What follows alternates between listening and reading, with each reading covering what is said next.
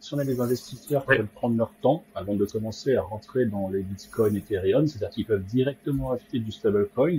L'avantage, c'est que lorsqu'ils investissent, on a compris, hein, c'est un stablecoin plus ou moins pour $1, si j'ai bien compris.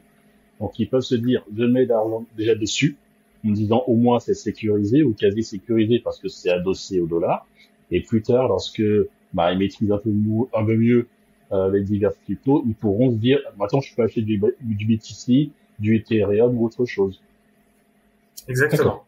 C'est même d'ailleurs, ce serait même d'ailleurs la technique la plus judicieuse dans le cas où voilà, on souhaite d'abord attendre et se former sur la plateforme, de bien sûr d'abord déposer et d'acheter des crypto-monnaies stables pour permettre, voilà, comme tu viens de le dire, de pouvoir patienter tranquillement sans être adossé à la volatilité du marché.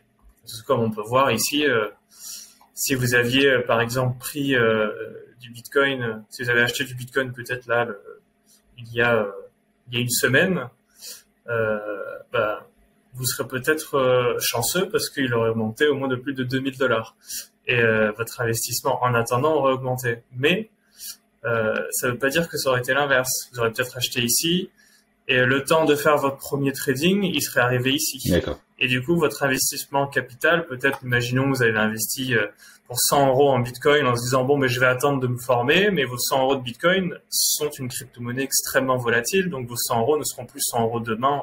Personne ne saura euh, quel sera votre capital. Et quand on commence à faire du trading, eh bien, l'idée, et d'ailleurs on le verra après, c'est de s'organiser très précisément sur une suite d'événements, sur ce qu'on appelle du coup le plan de trading qui permettra plus tard eh bien, de faire un suivi. On a commencé à 100 euros, ben, l'idée c'est de commencer à faire fructifier cet actif, cet investissement. Et il faudra un suivi, ce sera très important pour plus tard, sinon ce sera que du casino.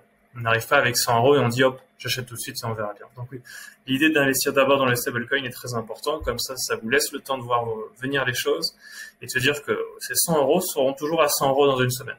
Ça sera déjà une bonne chose. Très bien.